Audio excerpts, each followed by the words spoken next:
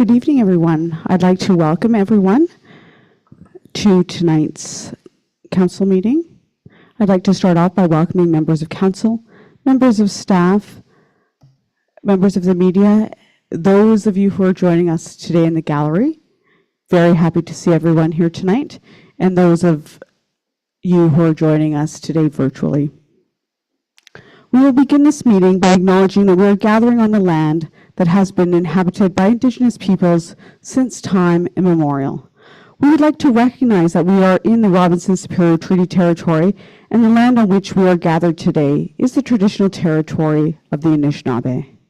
Specifically, we acknowledge the neighboring community of Misquote First Nation, for whom we have great respect.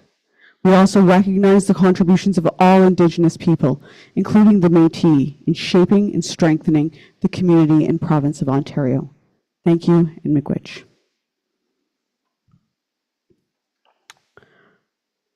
We will now move on to item number 2, disclosure of pecuniary interest.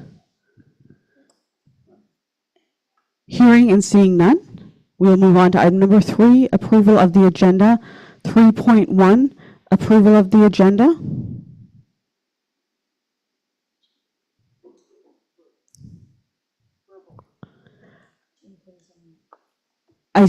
Councillor Hoffman. Councillor Hatfield seconding. All in favor? Carried. Item number 4, delegations and presentations. There are none this evening. Item number 5, adoption of meeting minutes. 5.1, committee of the whole meeting Tuesday, February 4th, 2025. May I have somebody make a motion to approve? Councillor Cannon, seconded by Councillor Hoffman.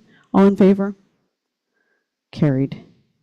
Business arising out of previous meeting. 6.1, Upper Mission Park, letter for council. So this evening we have 3 letters that were sent to council based on business arising out of the previous meeting. And I will take the time now to read the 3 letters that we received so that they can be admitted to the record. I will start with the first one. Dear Mayor and Council, during the February 4th, 2025 council meeting, we had prepared a letter in delegation for the council indicating the need to reinstate the Upper Mission Park with accessible play equipment. A total of 44 signatures were collected to endorse the letter that was provided to council. At the meeting, council reiterated that maintaining the proposed budget allocation of $50,000 in funding/grants in 2025, and if unsuccessful in grant applications, $50,000 from reserves would be allocated to purchase equipment, was not viable. Council reiterated statements that investments in the park is unwarranted, indicating that there is not a need for this park and that the township could not afford the investment. Further, we were blatantly scrutinized during the delegation by Councillor Cannon, indicating that the 44 signatures were not representative of the community and asking what fundraising efforts we had put in. We took scrutiny we received at the February 4th council meeting as a call to action and have been working over the past 2 weeks to demonstrate that there is a community-wide need to reinstate the Upper Mission Park and that reinstating the park is financially achievable through funding applications. Following the February 4th council meeting, the remaining residents of the Lower Mission were canvassed. All who were spoken to indicated a response towards reinstating the Upper Mission Park. In addition, a petition was posted online through change.org. Since the petition's first advertisement on February 8th, we have collected 211 more signatures as of 10 a.m. on Friday, February 14th. These signatures are from residents in Misquote River Village, the Walla Town site, and frequent tourists. These are signatures of individuals who directly contribute to the municipality's taxes and tourism economy. This total of 255 signatures represents a holistic demographic of individuals, young families, middle-aged people, grandparents, and tourism, all of which see value in investing in accessible park spaces. When comparing the petition signee postal codes to Wawa's voting population, which was 773 in 2021, an approximate equivalent of 30% of Wawa's voting population have signed this petition. This 30% who voted for mayor and council have now indicated that there is a need to reinstate the Upper Mission Park with accessible play equipment.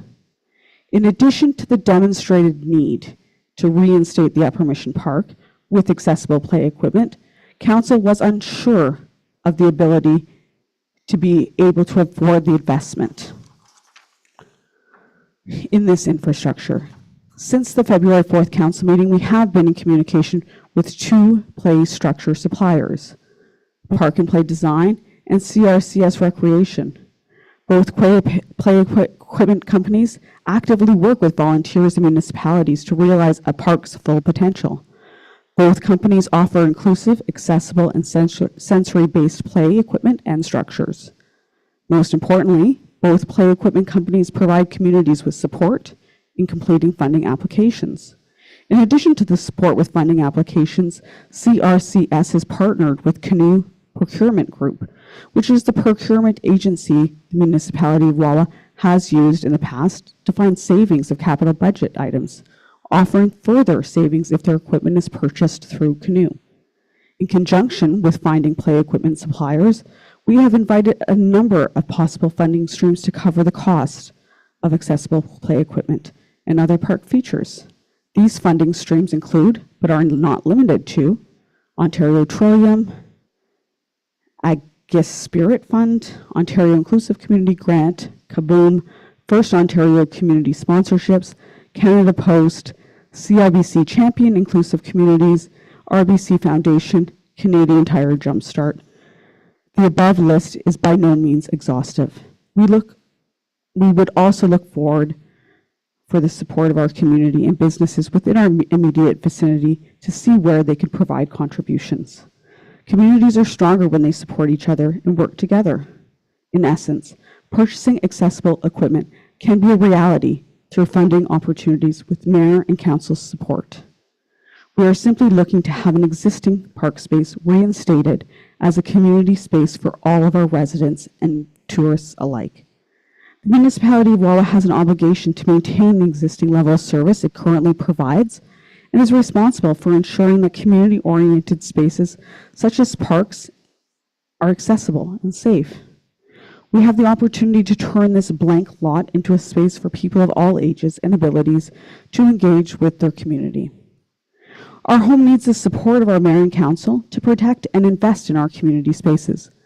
We are hopeful that upon reading this letter, reviewing the petition results, and seeing that there are funding opportunities to make this space a reality, the council is reminded of the importance of the Upper Mission Park and the role it plays in uniting our residents.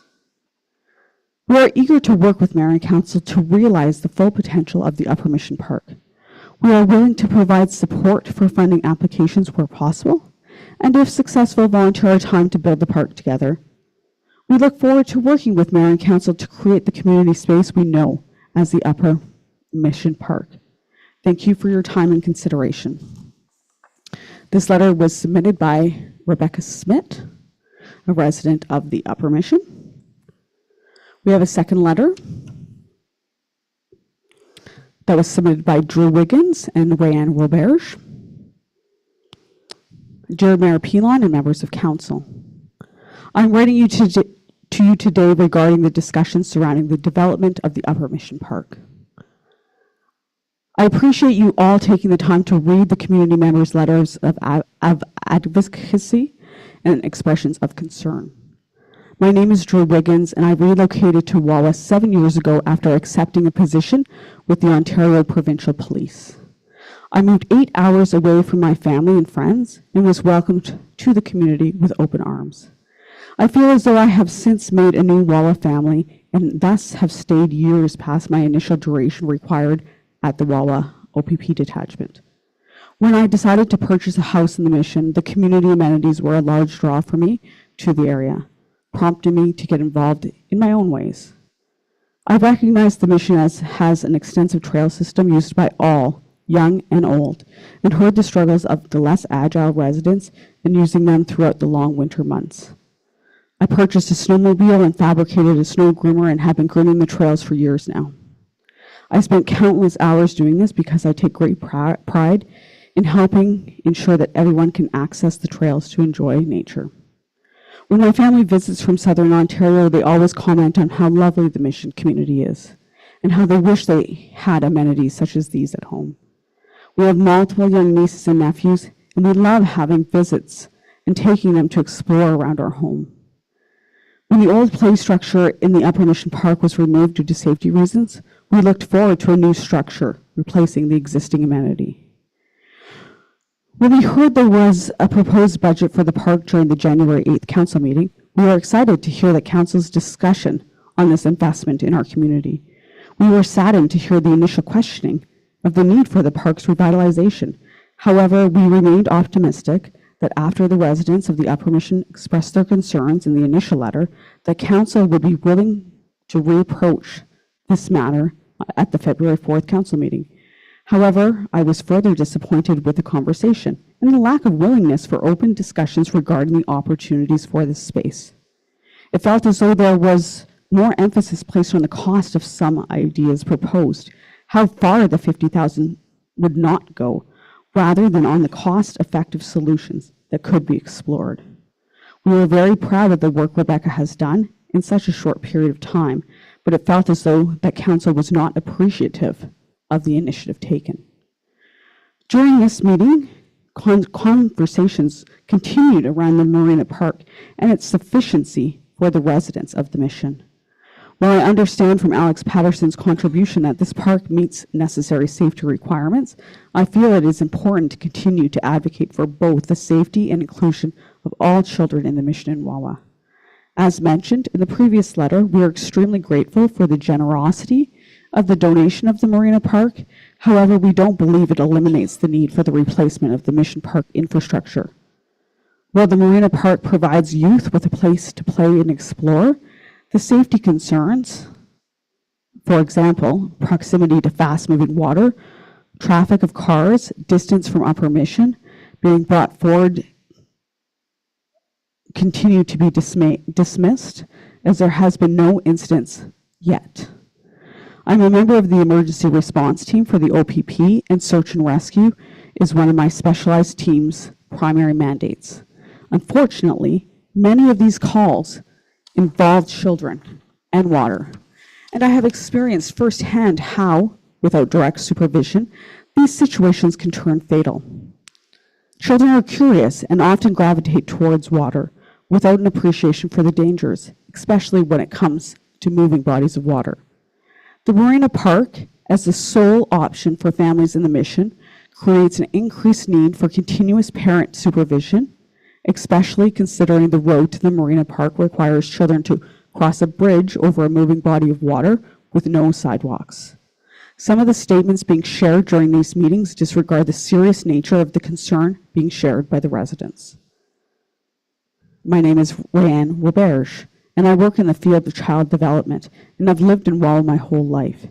In my profession, I have heard firsthand from families, not only in our community, but throughout the Algoma district, the additional barriers their families face when accessing resources that are accessible and accommodating to their children's needs. While we have a truly amazing small community comprised of passionate, dedicated citizens who are committed to developing and supporting our community, there are still significant deficits in resources for children with diverse abilities. I encourage everyone to think back when you were younger and first started cultivating your sense of community. This often happens in our schools during extracurriculars and within our community. In Wawa, we are fortunate to have access to many parks where children and youth can meet to play, learn, solve problems, and explore, which are all critical parts of development. Unfortunately, our community does not have an accessible park, creating limitations for all children to experience a place to grow, develop, and be part of their community. The proposal for an accessible park in the Upper Mission provides an opportunity for the municipality of Wawa to fill these gaps and create a more inclusive community for all members. This park will serve not only the residents of the Mission, but for the entire population of Wawa. Councillor Cannon states during the February 4th council meeting that the original letter addressed to Mayor and Council does not report on how many children this park will serve. I believe that this question is difficult for residents and even the Mayor and Council to quantify. The long-term value of an inclusive space extends beyond statistics. It fosters belonging, engagement, and a higher quality of life for many. When considering building this park, we shouldn't only consider the current residents of the Mission that meet this demographic, but we should also consider the residents of Wawa, future families, tourists, visitors. Moreover, investing in accessibility is an investment in the future of Wawa, making it more desirable for families considering relocation. A town that prioritizes inclusivity and accessibility is one that will attract and retain residents who will seek a welcoming, accommodating, and forward-thinking community. In a recent Realized tourism marketing video by the municipality, we appeal to viewers as a community that is welcoming, inclusive, family-friendly, and really speak to the young and enthusiastic members of our community who share their creativity. The sentiment shared in this video truly captures the strong community that we have built and that continues to grow. Our hope is that the Mayor and Council can continue to support initiatives like the Accessible Park that truly reflects the values we are promoting as a community. Councillor Cannon also mentioned during the February 4th meeting that in her conversations with the community members of the Mission, there were additional suggestions made for the park that were not included in the additional letter. Our goal is to advocate to create a space that promotes community, accessibility, and inclusivity in the Upper Mission. And if Mayor and Council have ideas to support this, we encourage more open and collaborative conversations with the residents. Our passion for creating this space, not for just the children, but also for adults to gather and connect, is the same passion that continues to drive positive change and development with the community. I understand and can appreciate budgeting constraints. Our hope is that Mayor and Council will continue to explore funding avenues that will support the development of this park. Admittedly, I'm not familiar with grant applications, but have done some preliminary research in potential funding streams to support developing an accessible park within our community. I have attached those resources below. I urge you to consider the long-term benefits that an accessible Upper Mission Park will bring to the town and its members. By prioritizing inclusivity, we demonstrate our commitment to creating a community where all individuals, regardless of ability, can thrive. We feel as though the ongoing support of over 200 signatures on the online petition, in conjunction with the previously submitted paper petition, outlines the community's need for this space, extending beyond just the residents of the Mission. We thank you for your time and consideration and look forward to your support in making this vision a reality. Thank you for your time and consideration, Drew, Biggins, and Rayanne Orberge. And last but not least, we have a third letter that was submitted by Mrs. Ann Owens. Ladies and gentlemen, over 30 years ago, I was part of a deputation to then Reeve Doug Woods and council protesting their intention to close the Upper Mission Park in favor of the Marina Park. We presented a number of safety issues inherent in that intention, and the council agreed at the time to leave the Upper Mission Park in place. Now it appears those safety issues are being disregarded. To recap from 30 years ago, number one, road. The road to the marina is one long curve driven by vehicles towing boats or traveling to and from their boats. Most of those vehicles drive very close to the edge of the road because of the possibility of meeting vehicles traveling in the opposite direction. This leaves little safe space for pedestrians, be they small children, parents, or even seniors. Number two, water and docks. No explanation needed when children are involved. Number three, parking. Vehicles backing, curving around, definitely not a safe situation for children. Number four, personal safety. There are residents very close to the Upper Mission Park, but not in the marina. The Upper Mission Park has always been a safe play area for our children. The trails behind the park were originally cut by the Mission families, Gats, roamers, and other, to provide a safe experience for their own children and the children of other residents. Please do not disregard the safety of our children and allow the Upper Mission Park and Playground to continue. I remain. Yours truly, Mrs. Ann Owen. Before I open it up to remarks from council, questions or comments, I wanted to thank the community members for taking the time to write these letters. It's extremely important for the community to be involved, and I know a lot of time and effort goes into these. So thank you very much. Does the authors of the letters want to say anything to council? Rebecca, Anne, Drew? Alex, can we get a mic going?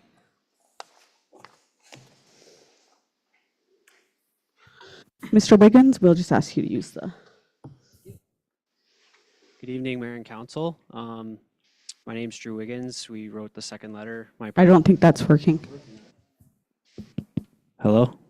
Yeah, you're on now. Okay, I just have to get really aggressive with it. So my name's Drew Wiggins. Like I said, my partner Rand and I wrote a letter asking Mayor and Council for their consideration. I just want to start with thanking Mayor Pilon for getting us involved in this and asking us to share our thoughts and opinions on a place that's pretty near and dear to us. I think I just want to start with my opinion that I don't want this to be a negative conversation about us just talking about how terrible the Marina Park is. We are all incredibly grateful that the Marina Park was very graciously donated, and I don't think anybody is upset about that or feels that that's a negative thing in any way. That is a great space for children to play when under direct supervision, when people are using the marina. But we don't feel that that is a space that should negate what the existing park was in the Upper Mission. So I don't want this to be a negative meeting about how terrible a very awesome donation was. It's just the very real concerns that we all have that we feel like we're not listened to in previous meetings. I'd also like to thank Mayor Pilon for attending on Sunday night. We had a lantern lit walk that was not my idea. I just helped facilitate, but that was all Rebecca and Brandon. So this Sunday we had a lantern lit walk, which was part of the Wawa Carnival activities held in the Upper Mission Park and within the walking trails that are attached to the park. We were optimistic that maybe some other councillors were going to attend and we would have an opportunity to speak to them in the space that we're all fighting for to talk about some of these things.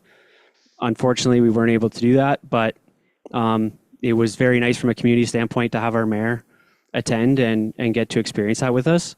I don't want to speak for Rebecca. We had approximately 50 people come of all varying ages, abilities, and places they live. There was a strong majority of people not from the mission that attended, that brought their kids out, their parents out, and came and enjoyed the space that we all use every day. So it was really awesome to see that. We thought it was a great representation of what that space can be and can uphold. I also just want to reiterate too that we don't feel like we're asking for an amusement park to be put up at the sole cost of the municipality. We are completely open to different options and different funding applications, different things. We are just really looking for a commitment from Mayor and Council that something is going to happen with the space. As we all know, if the space sits vacant for a long time, it's just that much harder to get something back there. When I purchased the house there was a park, there was an existing level of service, and we would just like to see something go back in there. It's a beautiful open flat space that we would love to see be utilized.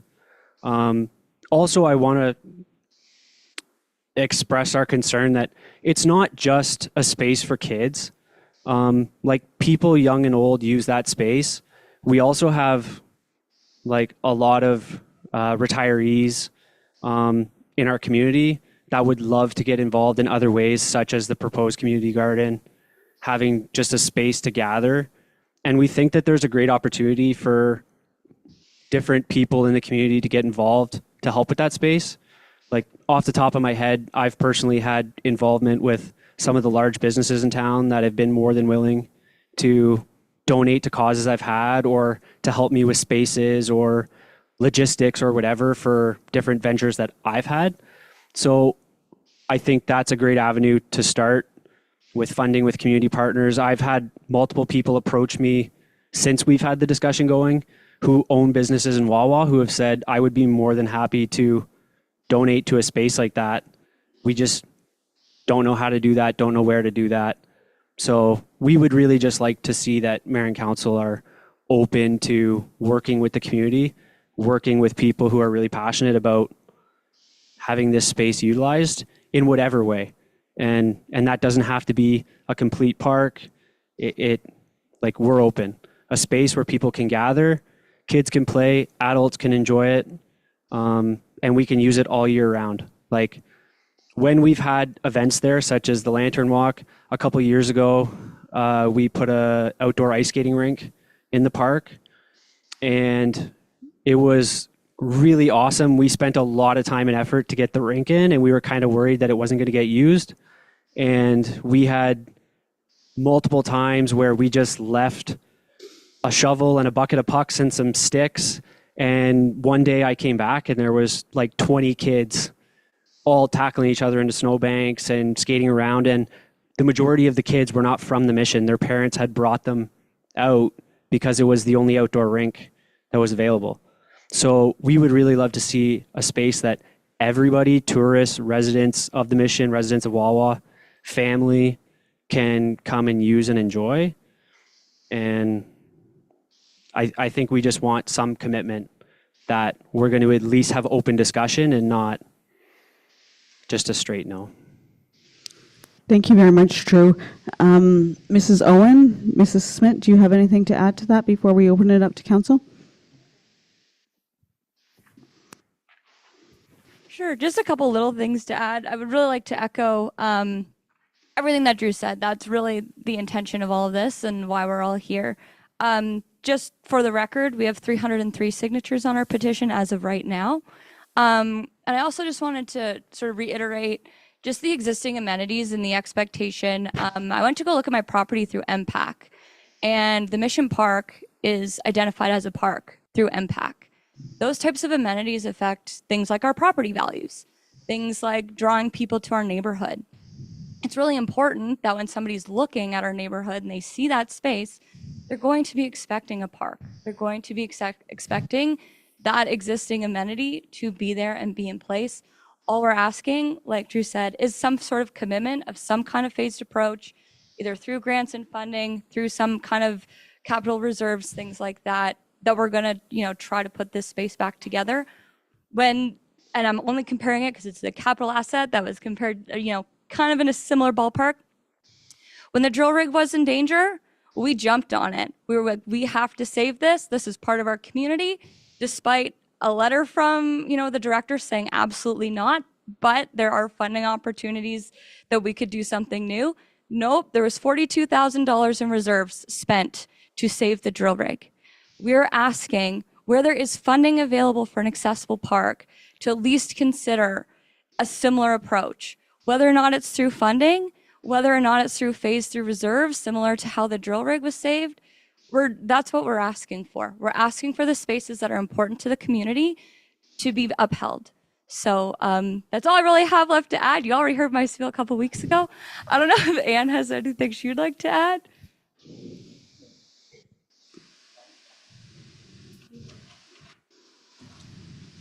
When Becca originally brought that petition to my front door, I'm afraid my first words were, "Dear God, didn't we deal with this 35 years ago," or however long it was that we dealt with it.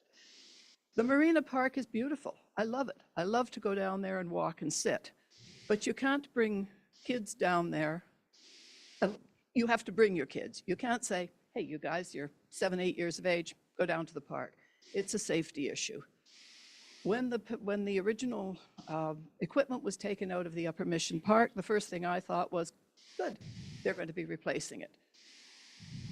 I urge the council to please consider replacing that equipment. There is a definite safety issue, and it's a beautiful, beautiful space. It's something that has been worked on by residents and enjoyed by all the residents of Wawa for a very long time. Thank you. Thank you very much. Questions, comments from council? Councillor Hoffman? Okay, I don't want to turn this into Councillor Hoffman, thanks. a shouting argument. I'm glad you guys came, and I like what you're saying. And since you've been here, I've also been doing studying. I went on to Playground, I don't know if it was the same one you guys are on, and I was looking at things. And yes, but one thing, the money is important. So, but when I was looking at the playgrounds and making it accessible, whoa, there's a lot of stuff you got to look into here.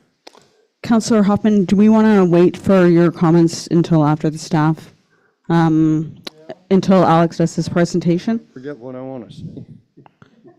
Is that a good thing? Alex, I'll just ask you to go into your presentation. Yeah.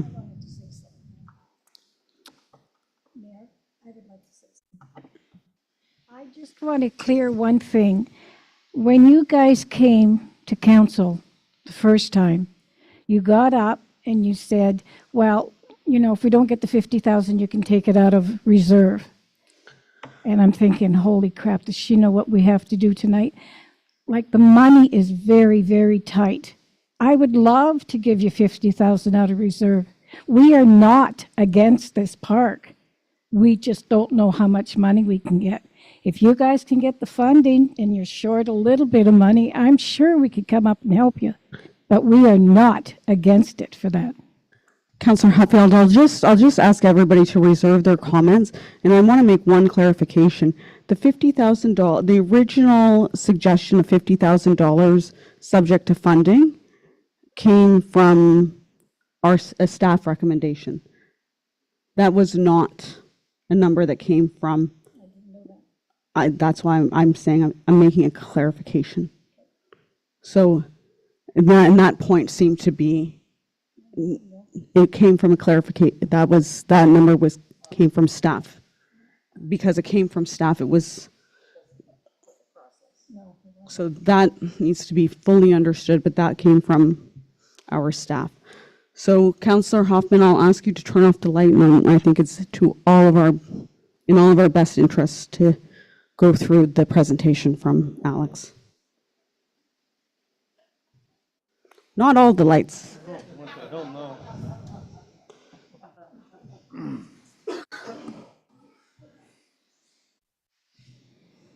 Gonna throw me off, Jim?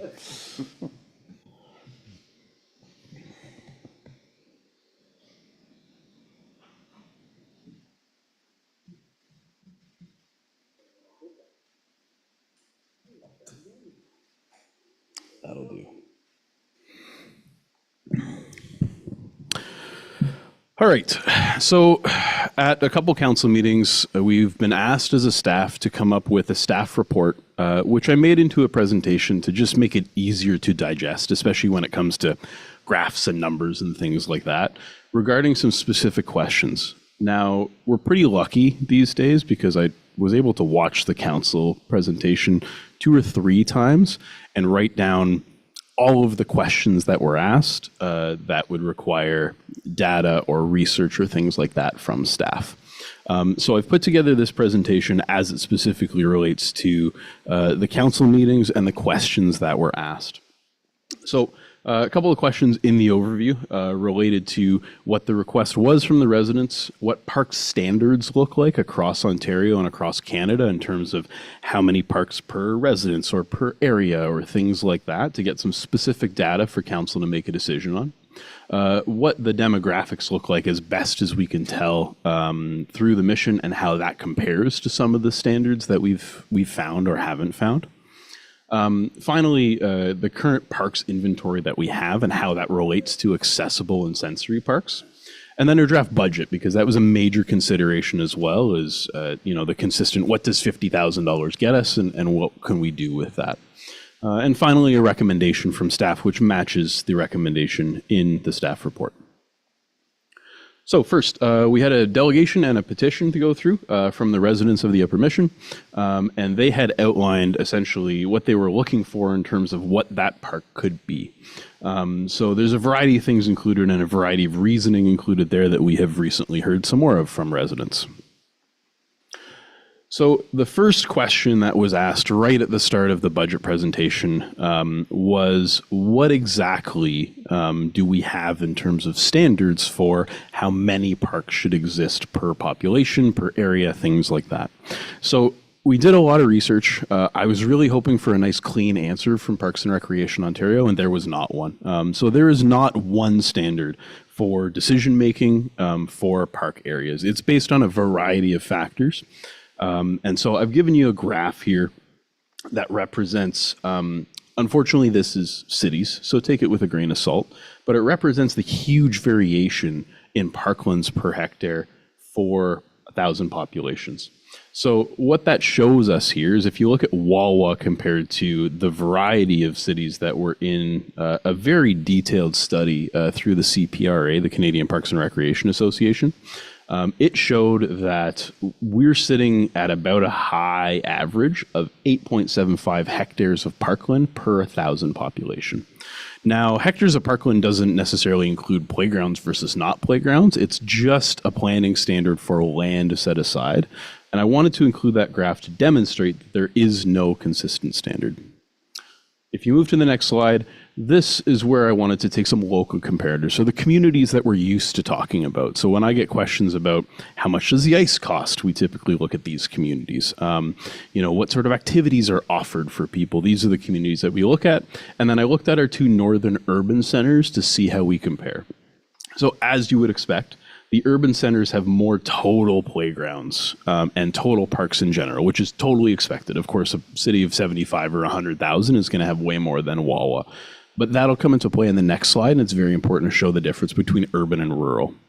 When you take a look at Wawa relative to other communities, we typically have more parklands in terms of just number of parks, and a high average, but not the most in terms of playgrounds per 1,000 residents. And so all of these graphs are per 1,000 residents coming up. So if you look at the next slide, this is where we're comparing our parklands and playgrounds per 1,000 residents. So you can see now the urban centers actually don't have that many parks and playgrounds because their population density is much higher for the land that they've set aside for parks and playgrounds. So they have a very low, it's literally a tenth of the average of our compared to rural communities for parks and playgrounds. So if you take a look at some of our comparators, again, we're representing a high average when it comes to playgrounds and when it comes to parklands per 1,000 population, but not the highest. And you can see how that number changes based on density. So of course, places like White River throw things off fairly substantially because even having one park and playground, which you would imagine is a minimum for a small community like that, relative to their population, skews that graph. I'm going to need you to come back to this one if you don't mind, Maury. We'll skip it for now and come back. Yes, thank you. Okay, so the question that started off a lot of this discussion was, how does the mission compare in terms of playgrounds and parklands for the population and for the size? So again, when you take a look at Wawa versus the mission, you can see on the graph there, with one playground in the mission, it has a higher per capita amount of playgrounds than Wawa, including the schools, does. So I hope that helps answer the question, but I'd really like council to take that with a grain of salt, knowing that there is no standard, and these decisions have a variety of factors, not just things like population density. And there is the data that we use to compare the mission to Wawa. Now, of course, sounding out how many people are in the mission is very difficult because they're not a census division. So we have great information about Wawa as a whole. We have some information about who lives in Wawa town site versus in the surrounding communities, but we don't have a dedicated piece of information besides what we have for tax rolls that shows how many individuals in the mission. We have like how many houses that are in the mission. So we had to do some averaging there for that graph. So for illustration purposes, more than exact data. When it comes to current playgrounds, so some questions were asked related to asset management. Some questions were asked related to our playground inventory in general. So when we're talking about asset management, most of our playgrounds have been done over the last 10 years. They're relatively new and in relatively good condition. So Queen's Park is the park that needs to be replaced next. My estimation through the asset management plan is that we'll be looking for funding for that in the 2030 range. So there's not a park in the immediate vicinity in terms of timeline that requires replacement. The rest of the parks are significantly newer in the 2015 to 2023 range, and our estimated lifespan is in the 20-year range for those parklands, with the exception of Roses Beach, which is obviously made out of wood, which requires different maintenance standards, as well as has a different lifespan than a composite playground. There was some question as well about accessibility in our parks. So none of our parks are designed to AODA legislation. The newest parks have an AODA sort of quasi standard that they were following, but the AOD regulation comes into effect in 2025 in terms of a strict standard for parklands. There's also two standards when it comes to parks. There's a standard for accessible and a standard for wheelchair accessible. And those two are, as you can imagine, very different things when it comes to accessibility. So an accessible park, for example, can still have stairs. The stairs have a certain design specification that they follow, but they are considered to be accessible. A wheelchair accessible park, as a different example, requires ramps. It requires everything to be on one level. It is a very different standard of accessibility. When it comes to our current playgrounds, none of the playgrounds, with the exception of the marina, are capital A accessible in terms of the 2025 standard, though they do not require to be accessible in that standard unless we do substantial construction on them. So for example, when we go to replace Queen's Park, that's when we will need an AODA legislated park. There's probably a question coming up about surfacing, because surfacing falls into the AODA as well. Surfacing can be done in a variety of different ways, and this is where accessibility and safety have a little bit of trouble. So our park surfacing right now, we have to measure the sand to make sure that it compacts at the right weight for a kid falling off of the top of a play structure. AODA, of course, needs a nice compacted surface to make sure that people can walk on it. So typically the accessible parks now, you're finding one-level parks where a compact surface can make them accessible. So that includes everything from a very expensive poured rubber compound, which I'm not in the position to recommend doing that anytime soon because of the cost and the difficulty of getting it here. However, packed crusher fines meet the legislation without any issues, and that's a much more accessible thing that we have now some experience with as we've replaced the track with packed crusher fines. So all that to say that when you look at the Mission Park as a location, you can look at the demographic data of Wawa, of other communities, but in this CPRA report that I got a lot of data from about the bigger picture, there was a quote that I thought was very important. So when they did this study, only 9% of Canadians cited a lack of parks nearby as a barrier to park use. And I think we've heard it a couple times today from the residents that barriers to park use are typically the availability of amenities. People have no issue traveling to specific parks when they're looking for specific amenities, and accessibility in sensory parks are no different. Keep going, please, Maury. The next set of questions that we had were around the budget. So playground equipment is really interesting because there's a lot of catalogs out there and none of them will ever have prices on them. That's how they kind of get people. So we have a very good contact with a company called Henderson. They've put in our last several play structures. They're very useful to get back to us because they're good at giving us lots of information in a very small amount of timeline, as well as giving us some good solutions to fit our budget. And typically when I've worked with them in the past, I've told them the budget first and they can give us a variety of things that will match that budget. So you can see here in our draft budget, this is something that I would put in a funding application. So it's considered a Class D class estimate.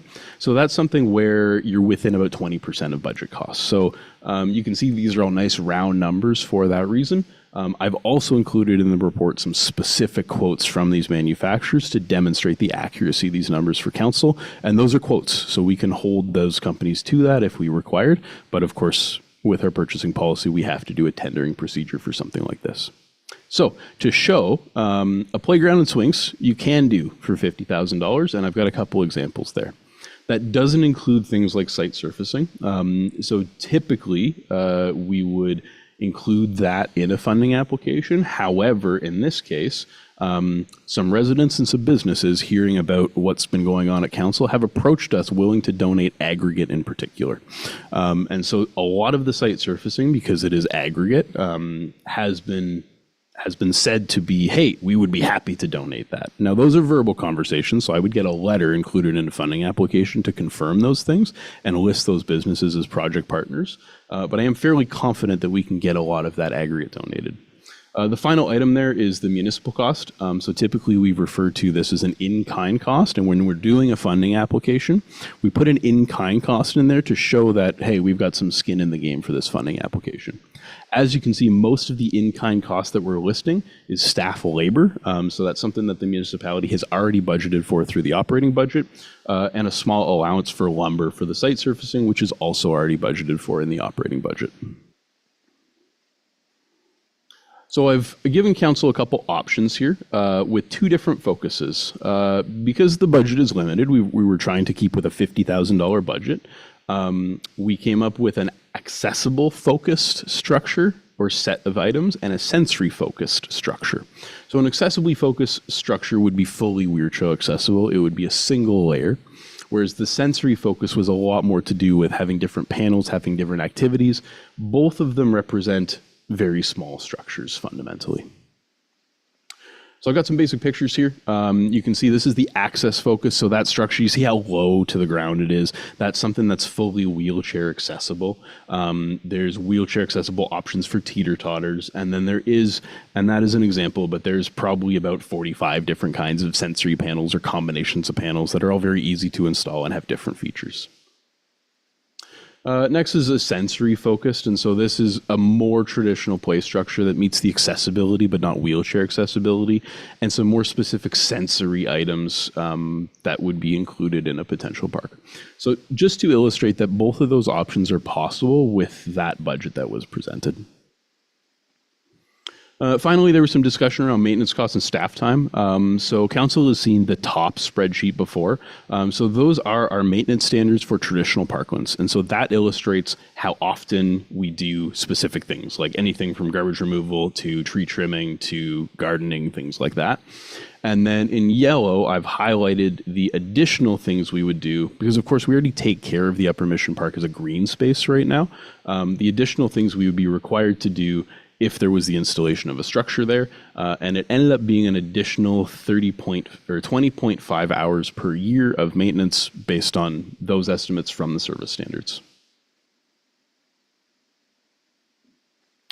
So if you don't mind, Maury, can we go back to the land use slide?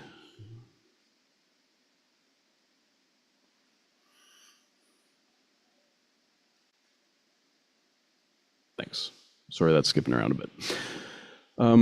So Maury and I also had a discussion on land use. It's not something that I deal with too often in my Parks and Recreation hat, but of course Maury as a planner really helps with things like this.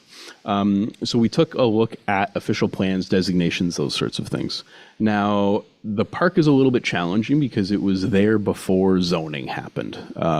So it is very likely that that park was an oversight and not designated open space, because it does take the physical location of a residential lot in the Mission.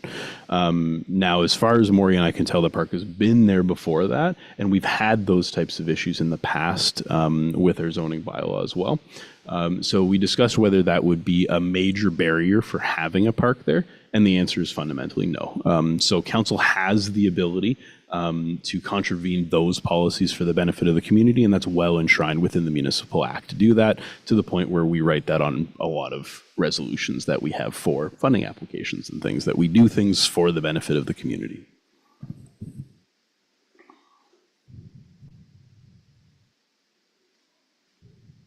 Yeah, funding options. Okay.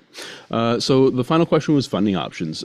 So the grant that we had originally identified for this project when we put it in the capital budget draft was the Ontario Trillium Fund grant. That grant is 100% funded up to $200,000.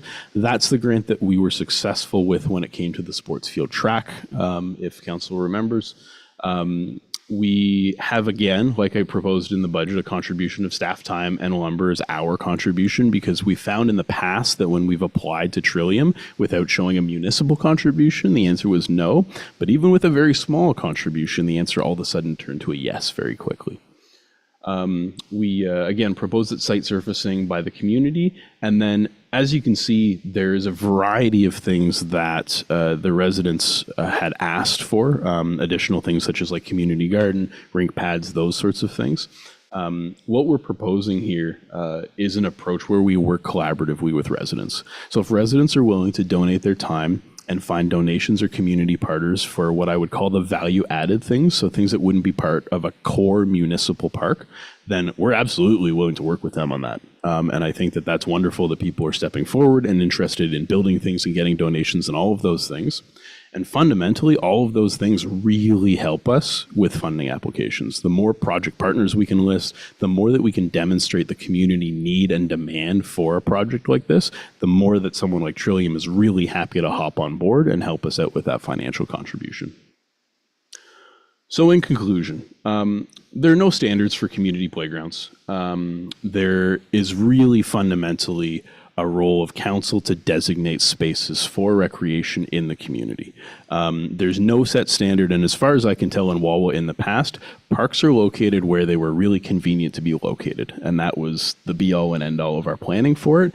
And most of the parks located in the community were located there before zoning and official plans and things like that were a thing. The waterfront's a great example. That whole thing was originally road allowance, and now it's our wonderful waterfront park that we would be really remiss without. We do not have in our inventory any accessible and inclusive playground structures. And when we look at the community as a whole, the community could absolutely benefit for something like that.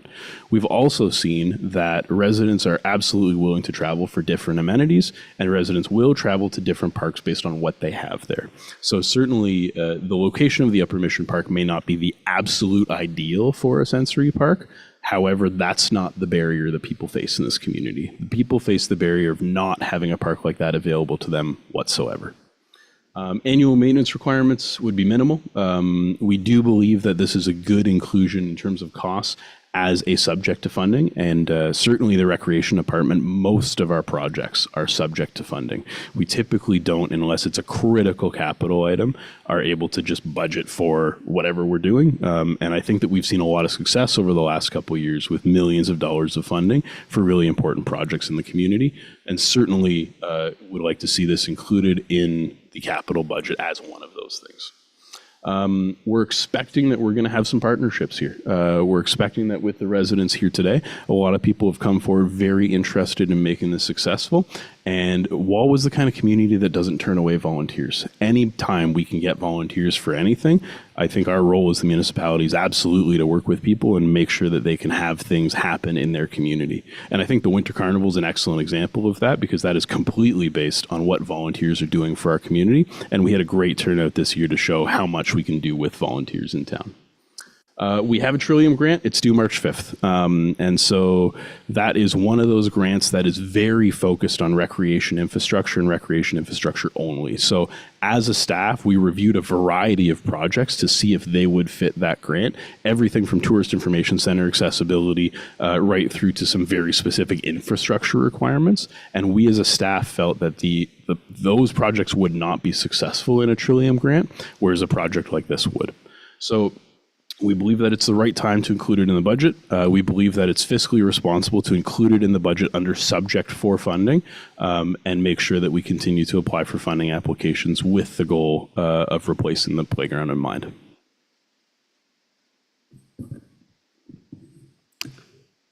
So there's resolution on the next meeting in however long it takes to finish this meeting. And so that'll be the opportunity for council to essentially vote yay or nay on that resolution. And that will either direct staff to apply for the Trillium grant and keep it in the budget or not. So the rest is council's. Thank you very much, Alex. Maury, did you have anything to add before I open it up? Councillor Hoffman? Well, you did answer a lot or whatever, but this is our chance for this piece of land to have something, but if it's done, I want to see it done right, not just some haphazard pieces of playground equipment, and I like the idea of the accessibility for wheelchairs and or any other kids that have issues. And then I like it that the people in the mission are willing to step forward and help with this. And like Mr. Wiggins says, well, the movie says, build it and they will come. And that's the other thing. You'll probably be getting Wawa kids down there. So I'm for helping you. Is that what you want? Councillor Rapato? I'm for the park. We need a park. But I think you should pursue, like Alex, to apply for funding as soon as possible. I think once funding is in place, I think community would stand behind you and help you with the extra costs. But to turn around and pick up the whole cost ourselves without any funding, I don't think it's a good time for that. Councillor Hatfield? When I read your resolution, Alex, it said 50,000 come from reserve. There's nothing like that in there? Go ahead, Maury. No, the resolution should state $50,000 subject to funding. The resolution at the regular meeting tonight says for council to approve that staff apply to the Trillium Foundation for a grant of up to $50,000 to go towards the park. To clarify, when we presented to council the long-term 4-year budget in 2025, the park was in the capital budget with 100% subject to funding. And then in 2026, it was included as coming from reserves. So for this fiscal year, it was recommended to council subject to funding. Okay, thank you. Councillor Cannon? First off, I just want to say, I was never against the park in the first place. I, as a counselor, have to do my due diligence. I have to wait for the reports from Alex before I can mention anything or say that I'm going to put my stamp on it and saying, we're going to pay for this or we're going to pay for that. Right now, the municipality cannot afford anything extra. But for you to come to council and say you want the first accessible park in Wawa, I'm all for that. A sensory park, even better. And if you can get the funding, go for it. I've never said no to if you can get the funding. What I do say no to is it ever coming out of reserves. And the amount that's for the wood, the lumber, and the labor and everything, I just want to make sure that it doesn't increase. I get the in-kind, and it looks better on an application, because we've done it before. But you can't expect that if you can't get the money, and what I was trying to get across at the last meeting when I asked if you had done any fundraising, that's all I wanted you to do, is try and see what you could do to help the park out. Instead of just coming to council and saying, can we get funding? It's a community project. And all I wanted was the whole community to be involved.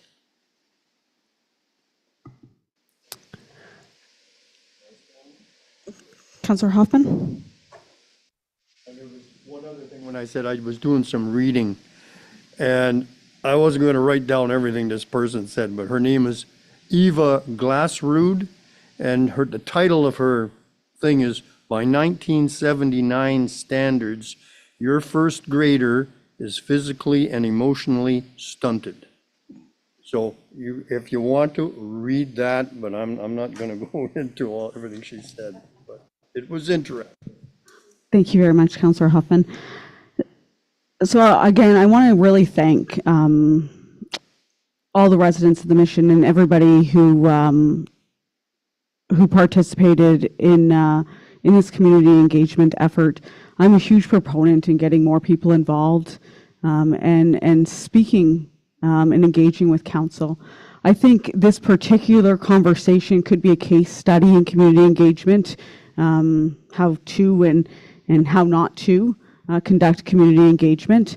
And council will certainly have their lessons learned, but this, I think it was very clear that when the decisions about where both parks in the Mission were placed and about where funding was allocated, community engagement was a piece that was missed on the municipality's part, and that became very aware. So big kudos to Rebecca for taking up the charge and going, because it's not the responsibility of our citizens to knock on doors in February to find out.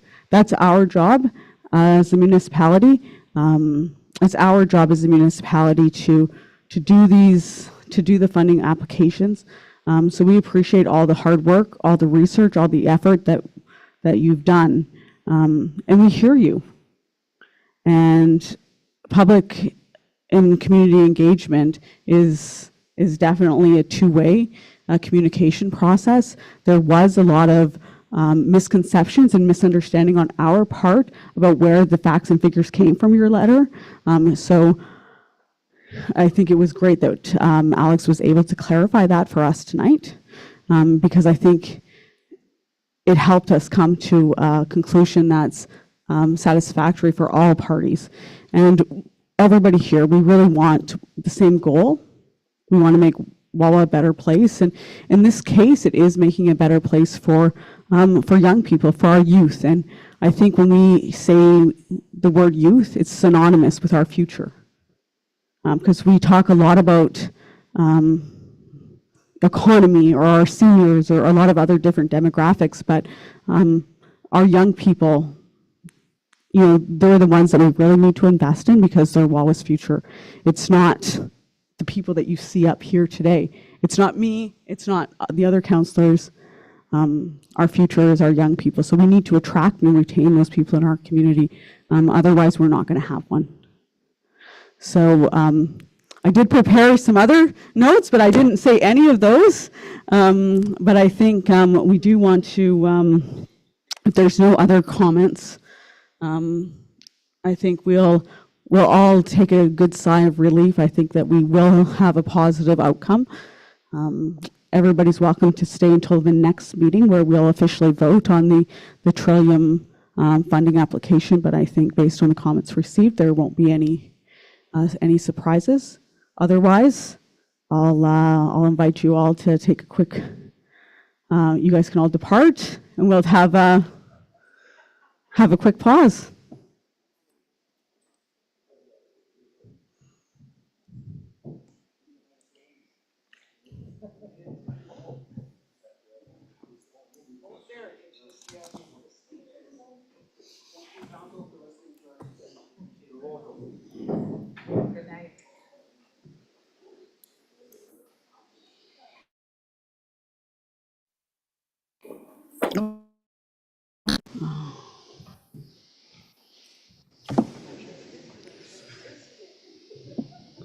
I need to prop this up.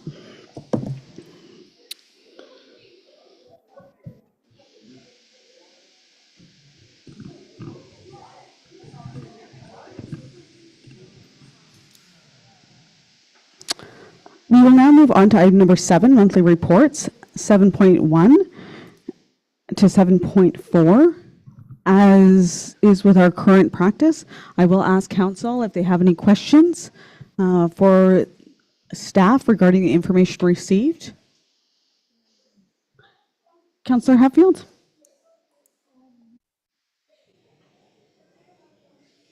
I really hate the way we do this. We've got to have everything right there.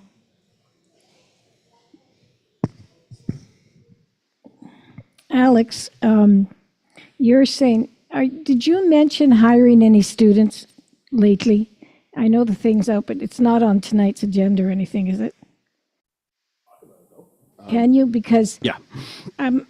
what I'm confused about is we didn't have enough kids last year. So we numerically had enough. The challenge was getting college age students. So last year we had enough high school students, but you can imagine when they only start around Canada Day, and most people would like the parks open for May long weekend, we lose a lot of capacity there. Typically, and within our budgets, we budget for, in the Parks and Rec department as well as in the Public Works department, 2 college age and 2 high school age students to have that little bit of additional capacity in May and June, and then to have everybody on deck for July and August when it's really busy. When we don't get those students, we have trouble meeting the service standards and the expectations of the community. I have a problem, Alex, when you gave the report and talked about, cleaning that new park they can get, how often you're going to be there. I have never seen our beach look the way it does. It's not nice. It's not weeded. Maybe once, but it wasn't all weeded. Like, can we really work on that this summer? A very long time ago, a councillor asked for those round mushroom things to be taken out because they're really bad shape. Like, let's get on that too, because I'm very proud of the beach. I love it, and I just want to see, like, show the boys or the girls, whoever's working, to go with Kelly one day and see what she does to hers. But I really would like you to, work on that this summer, if you can, please. Okay, thanks for the feedback. I think that's it. Councillor Cannon? I just have 2 comments. To our fire department, wonderful fireworks. I only watched it from my truck. I'm sorry I didn't get out. And to Alex and Melanie and your staff, well done for the carnival. I have heard nothing but good things about the carnival. Well done. Thank you, and I'll tell them that as well. Councillor Opato, Councillor Hoffman, any other comments? Questions? Councillor Hoffman? Outdoor sign? I thought I saw, Ecotech is the one doing it, eh? I thought I saw a truck there last week. Yeah, they were there. So they installed the wireless receiver. So instead of having like a cable to the sign to put the words on it, it's a wireless connection in between the building and the sign. Still waiting on the transformer. Okay. Sorry. That's got to be frustrating. Is there any other questions or comments for staff? Councillor Opato? On this transformer, like, this is getting to be a long, long period of time. What's the reason for that? They've already been paid for it and we don't have it, or? Paid for.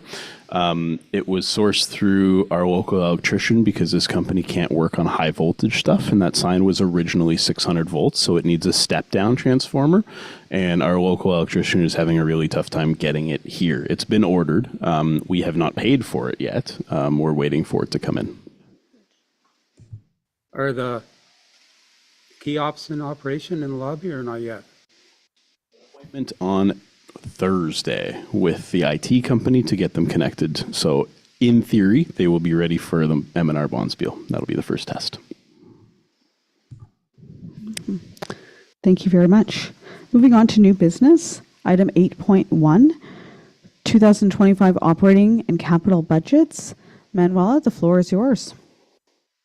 Mayor and Council, thank you. So my report basically is just requesting or recommending the approval of the 2025 operating and capital budgets as presented, and directing the preparation of the associated bylaws. So I just want to clarify again, only the 2025 and the 2026 and beyond are for information and planning purposes. So the budget was presented, the capital budget in November to council, and more recently in January, the operating budget. Some of the highlights there, the budget contains property tax levy increase of 4.03%, up just over $200,000. The introduction of a capital levy this year, which will generate $100,000 for future capital needs. The budget includes $7.2 million in capital projects, and includes transfers from the operating budget to capital reserves of $855,930. So that's not money to be spent this year, but money for the future. In addition, the water and sewer budget contained a variable rate increase of from 1.01 to 1.07 for water and 0.56 to 0.57 for sewer. So just a small increase for the sewer. We considered and strove to maintain previous year's levels of service. The changes in the updated capital budget that were outlined in the operating budget presentation included the Upper Mission Park as a subject to funding project with 100% of the $50,000 project costs to come from external funding. Emergency purchases of the 2 compressors for the water treatment plant, $130,000 coming from OCIF funding or OCIF reserves, and $50,000 from water user fees. The industrial park design, $50,000 from general reserves, and the trailer for infrastructure is a combination of infrastructure and water, so $13,000 from general reserves and $7,000 from water user fees.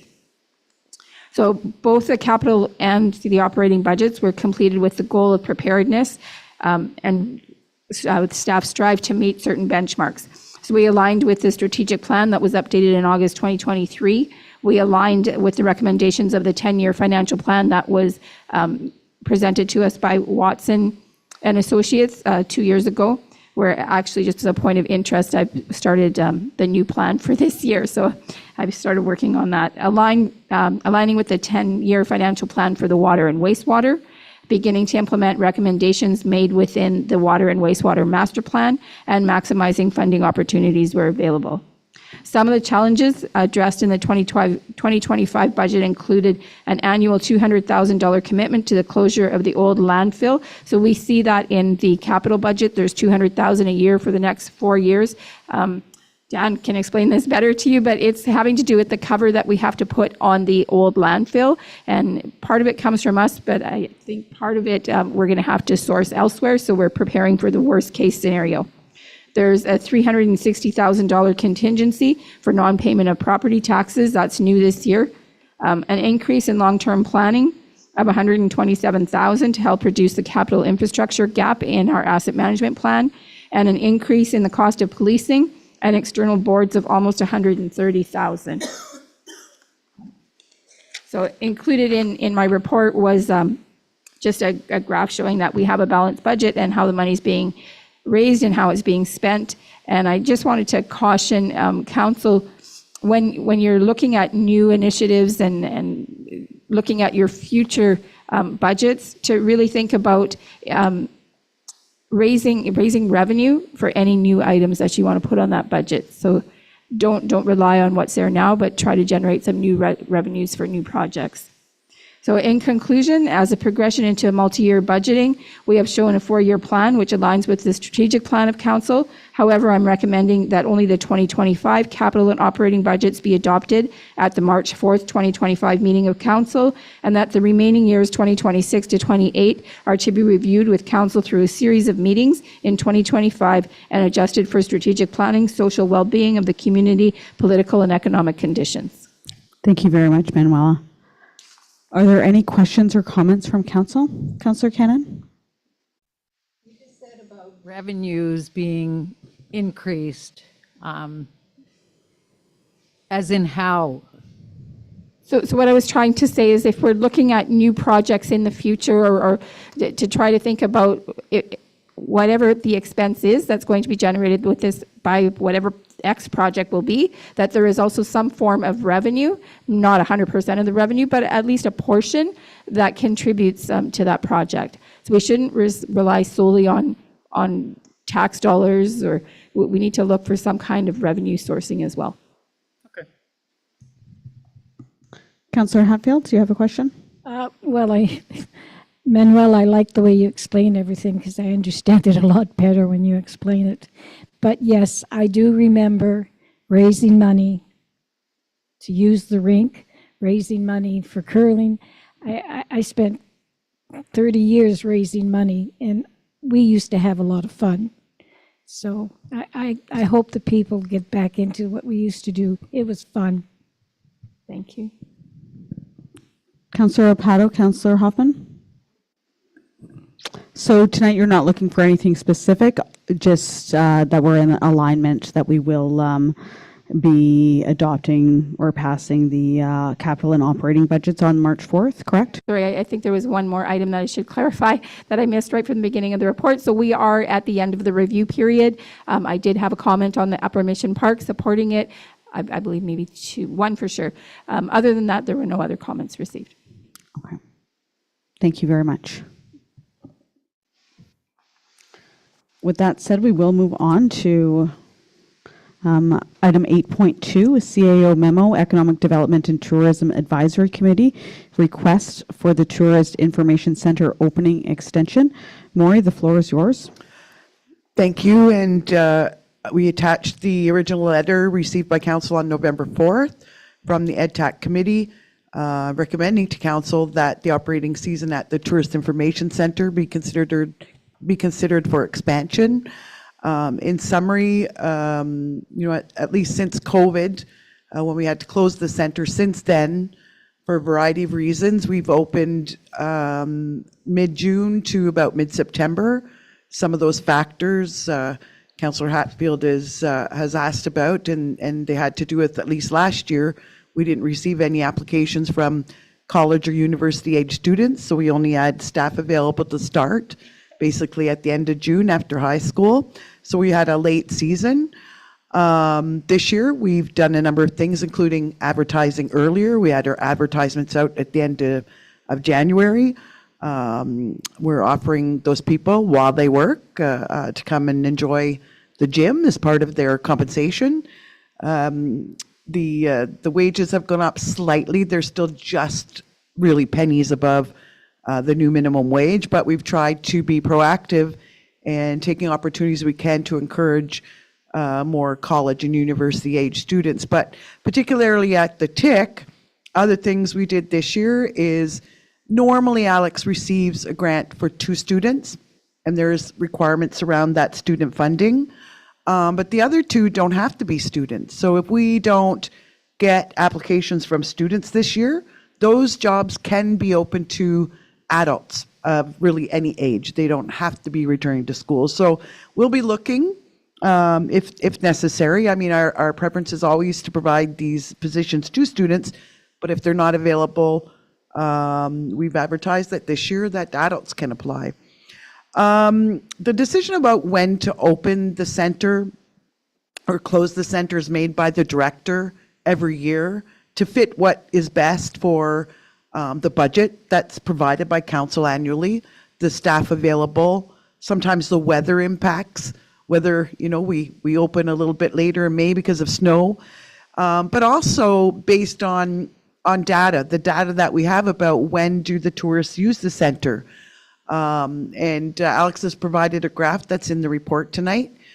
He has bought some technology. It's a counter system that he implemented last year so we can get better data for council and the community around how many people are coming in the parking lot, how many people are going to the goose statue, how many are actually going into the Tourist Information Center. We had a little technical problem, but some data is available to council, but we hope this year to have complete data. So we'll have more facts and data to share with the community about why decisions are made, when to open or not. But for council, the decision to open and close has been something that the tourism coordinators, the managers responsible for the Tourist Information Center, based on their observations. So over the years, Alex meets with this team and says, when do you think we should open, when should we close? So the decision about opening and closing is based on the previous year data as provided by the manager and based on the statistics that we have available that are supplemented by some visitors doing the Algoma Kinawabi travel survey. There's a number of things. So the decision about the TIC in 2025, about the opening, closing, again, we anticipate that will open beginning of June and that will close around, mid-September. When we open and close, we also have to provide time before and after for our staff to go in and clean. If we need the heat, turn the furnace on, check it's working.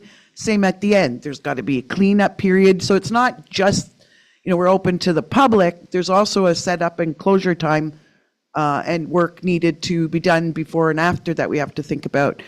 We have to think about the budget. And so every year at the Tourist Information Center, those costs we have no control over rise. And they've risen in 2025. And Alex was tasked with trying to increase more revenue for the TIC to stay open, knowing that over time, those tourist center costs are increasing. So he started on an innovative practice a couple of years ago, which last year showed great dividends by allowing the community, the nonprofit artist or crafter, to share their wares and sell them at the Tourist Information Center, and we collect approximately a 30% commission on all sales. He's raised revenues tremendously at the Tourist Information Center. I can't quote, but I think it was around $70,000, $80,000 was our commissions we received. So we're doing everything we can, I think, as a staff, and there's other plans to try to see how we can increase revenues more. But costs are still rising, so that has to be considered when we present to council a budget that affects whether tax monies required have to go up. So as a team, Alex with his staff, we try to open and close with the minimal impact on taxpayers. Now next year, 2026, we're very positive in that with this year, the new MAT tax will create a fund for not just council, but also the community third-party group. Approximately, we're budgeting for about 150 this year. That council can in the future, again, through the treasurer's recommendation that the preparations for the 2026 budget happen this year with council through a series of meetings. Well, council will be able to, hopefully based on a staff recommendation, decide, does it want to use some of the MAT tax funds and look at an opening, a closing that's outside the norm based on some revenue. So we have some revenues coming in, so we'll have some opportunity to think about this, and council can in the future. So I think just in summary that I provided council with, a summary of this kind of approach that staff has about the TIC and why we recommend that for 2025, we will do our best to open by the beginning of June and close mid-September, maybe later if we are successful with some of the programs that Alex and his team want to launch. That might be some volunteers, some senior groups, some people coming in saying, hey, I'm available in September for a couple of days, I'll help you out. Because September is when we struggle because our students are gone. The traffic does go down, so there's certain days of the week that are higher than others, and sometimes it's hard to get volunteers or other staff to work on weekends in September. So there's a whole bunch of factors. So we're recommending to council that if council generally agrees with what I'm outlining to council, that we write to the EdTech committee. That is a committee of council that thank you for your recommendation. We've reviewed it. We appreciate all your comments. For 2025, we think we've got some good ideas to see if we can operate the Tourist Information Center financially responsible, and we'll consider whether we can open and extend the season in the future, pending operational efficiencies and money. Thank you. Maureen, I think I'll just ask you just to shed some light on what we believe the impacts of the rest stop would be on the TIC, because I think that's important. Thank you, Mayor, and that is very, very important. I know as a staff, we're concerned, and I think the EdTech committees expressed the same concerns that once the MTO rest stop is constructed, we don't have a confirmed time, but they they're talking about an expedited construction of the new rest stop, so within a couple of years for sure, that's going to direct traffic away from the TIC, that there will be a reduction in the number of tourists or traveling public that stop at the Tourist Information Center. So we are concerned there'll be less visitors that stop at the Tourist Information Center. So I think in the future, you'll hear from the, staff and maybe the EdTech committee that we need to make extra efforts to market this community, whether it be just before the MTO station or right at the MTO station or through other means, to make sure that we maintain that traffic from the MTO rest stop. Wonderful. Thank you very much, Maury. Questions, comments from council? Councillor Hatfield? Maury, did they pick a place yet? Not that we've been made aware of, but they did receive council's recommendation. Councillor Cannon? I agree with your recommendation. I mean, money's tight, staff, I mean, all of the above. I mean, and June 1st isn't that far off long weekend, like everybody thinks you should be open for. And we're still comparable with all the other towns. I mean, they close down and open up around the same time too. So it's not like we're the latest and the earliest, comparable to all our surrounding communities. So I agree with your recommendation. Councillor Hoffman? I think we'll get people with that coming to our place, because the restaurant, that's just for them to have a pee break, right? But if they need information, are they going to get information at the stop? But I wouldn't mind seeing it open like June 1st and closing October 1st. And okay, but you got your pieces of paper to tell you how many people come. But I know come the fall, when the fall colors are on, there's buses that are coming in here. And I know they don't come all steady, but they are. And then when I'm walking by on the weekends, I notice people looking, can I get in the building? And no, it's closed. So I'd like to see it open later. Councillor Hoffman, I must bring to your attention that your name was brought up many times during the volunteer seniors program. So what's your email? Councillor Opato, Councillor Hatfield, anything to add?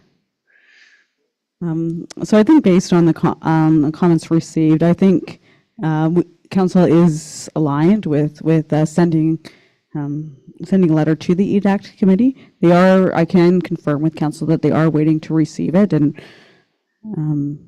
they are very thankful that council has received it and has had conversations around the recommendations, and that we are keeping the lines of communication open. So they're very pleased with the dialogue to date. Item 8.3, CAO, rezoning of commercial properties. Maury, the floor is yours. Thank you. I provided a report to council, and essentially we are looking as a staff for council support that we initiate, that the municipality is initiating an amendment to our zoning bylaw. And in essence, our zoning bylaw was approved and adopted in 2010. I can't remember, 2010, 2015. So it's a little out of date to what the provincial planning expectations are today. I set out in the provincial policy statement.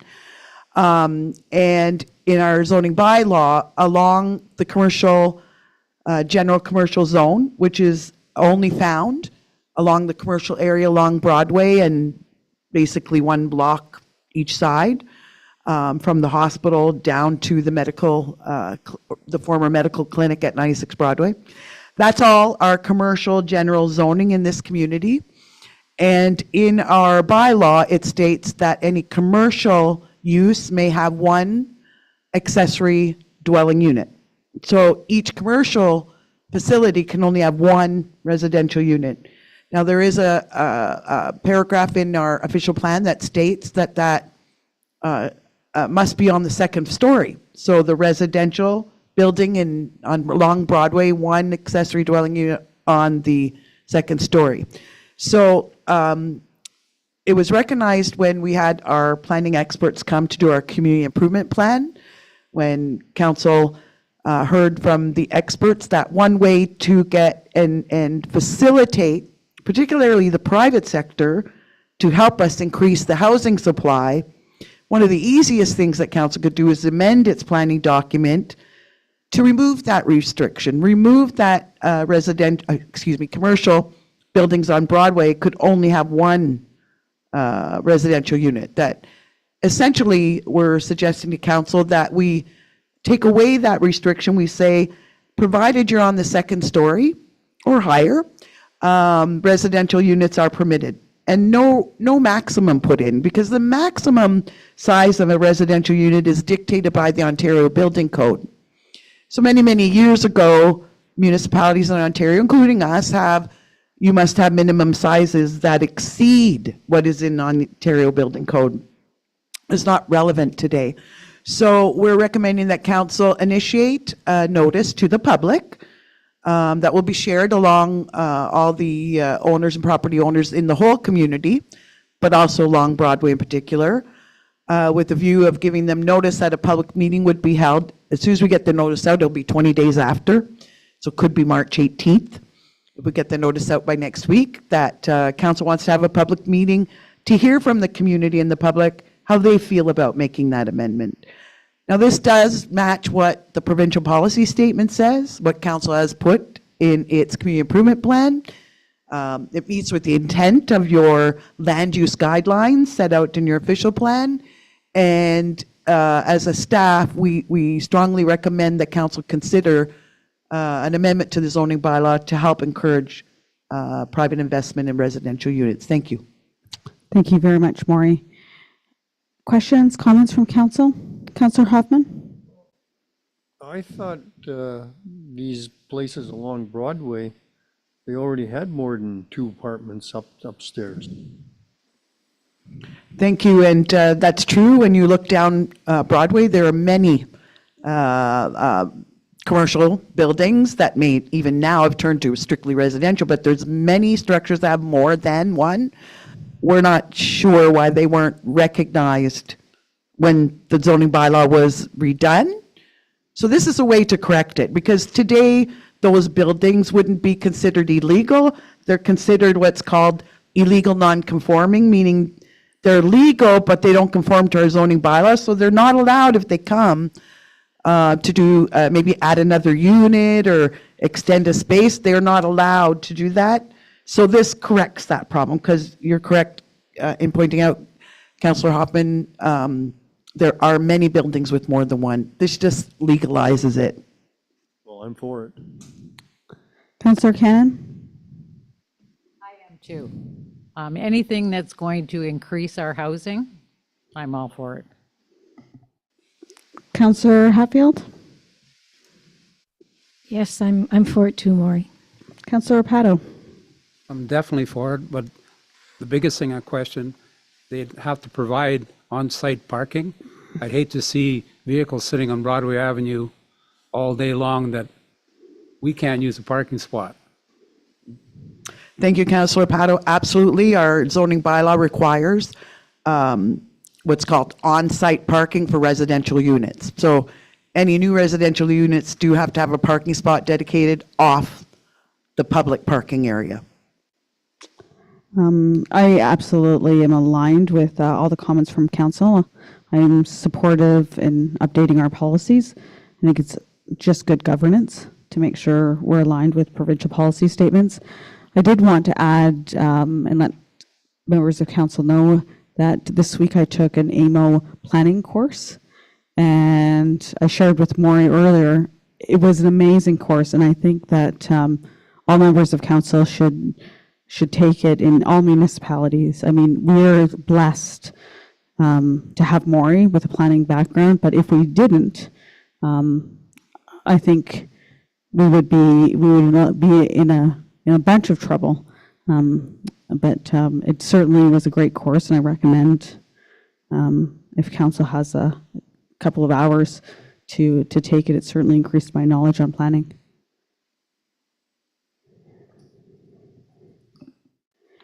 And with that said, there are no items listed in item number 9, 10, or 11. Item number 12, next meeting date, 12.1, Tuesday, March 4th, 2025. Item number 13, adjournment. 13.1, close of meeting. May I have somebody make a motion to adjourn? Councillor Cannon? All in favor? Carried. So we'll just give everybody a few seconds to move to the next agenda item.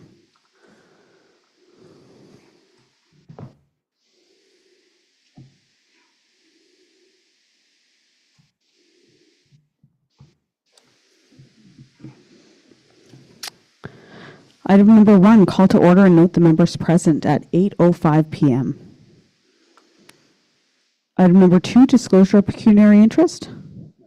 Hearing and seeing none, we'll move on to item number 3, approval of the agenda. 3.1, approval of the agenda. Moved by Councillor Cannon, seconded by Councillor Hoffman. Resolved that the agenda for the regular meeting of council scheduled for Tuesday, February 18th.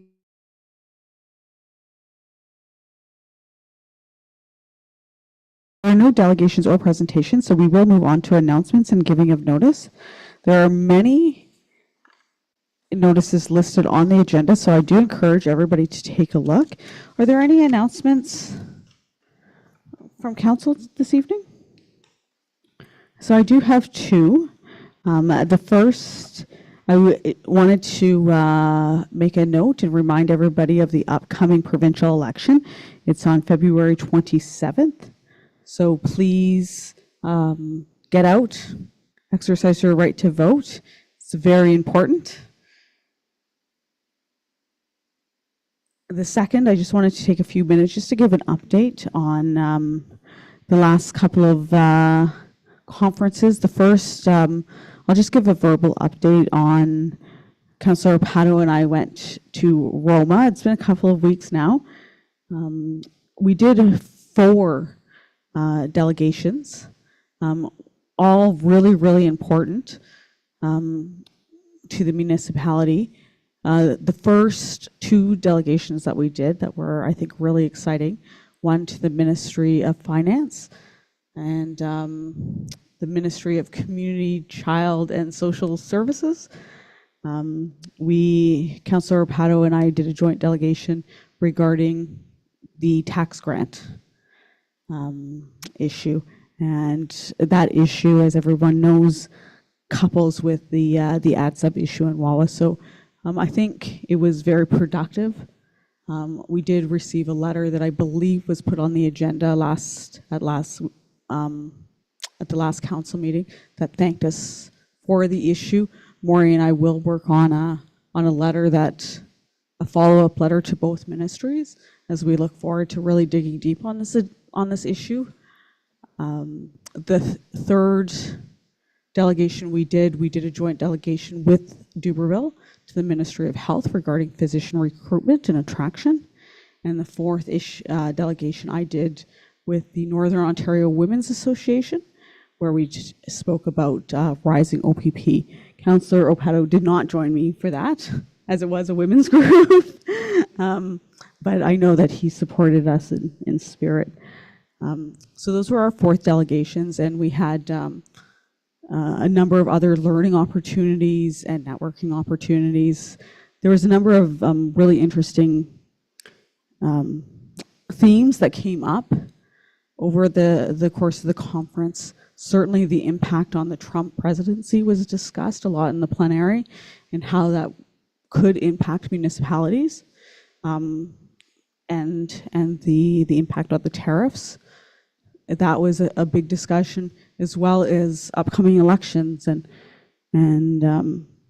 how we're not seeing participation of people in general. So there is we sat in one presentation where they said, we need good people, any people, to participate in government, on municipal council, in provincial elections, because we're seeing that people aren't willing to step up and participate. So I think I'll stop there, and I'll ask Councillor Rapato if he has anything to add.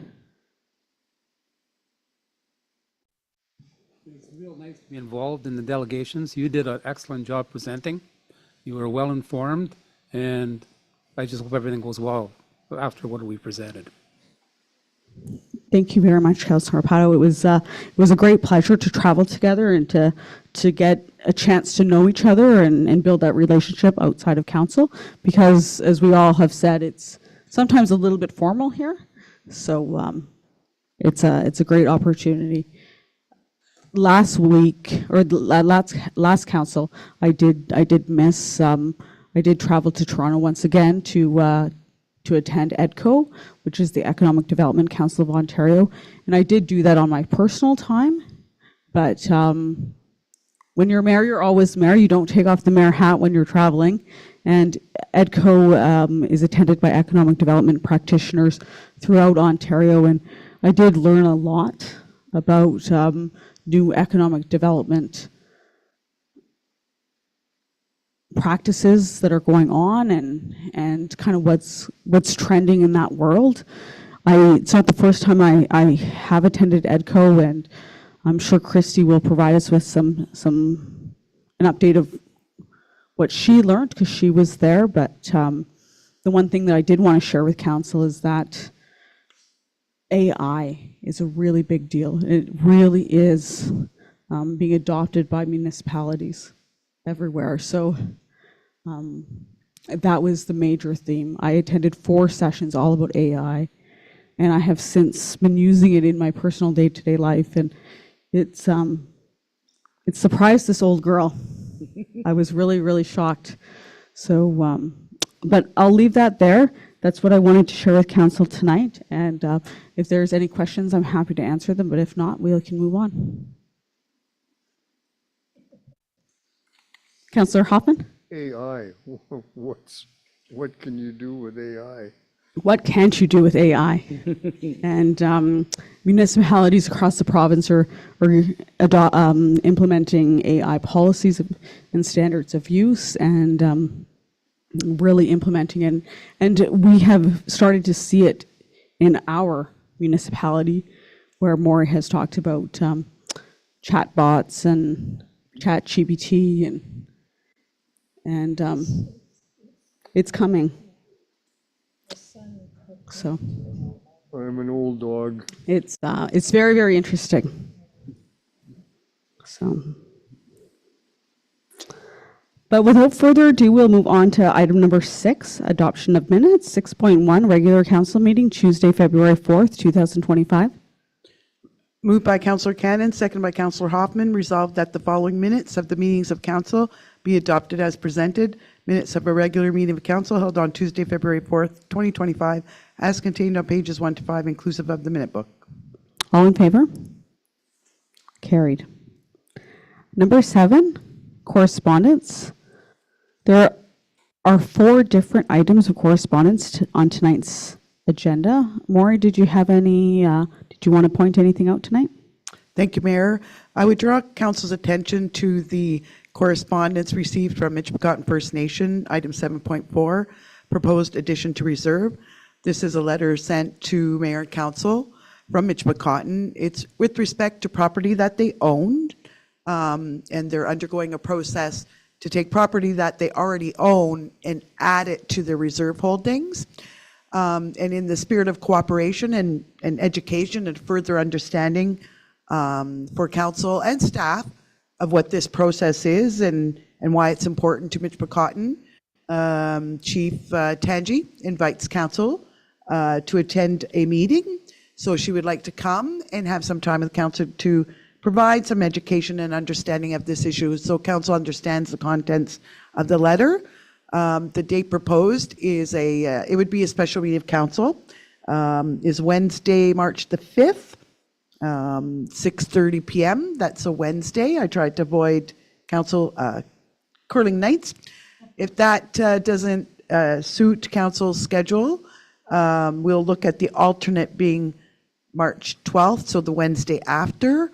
But with the upcoming election at Michipicoten First Nation, March 5th is the preferred date. So if council, through you, Mayor, agrees that we could try to make those arrangements, I would work quickly tomorrow to confirm the meeting times. And if it doesn't work, then we'll come back and to council with another meeting. So I just want to point out that if council has any specific questions about this letter, that they might learn from Chief Tanji first and her team what the additions to reserve process is about.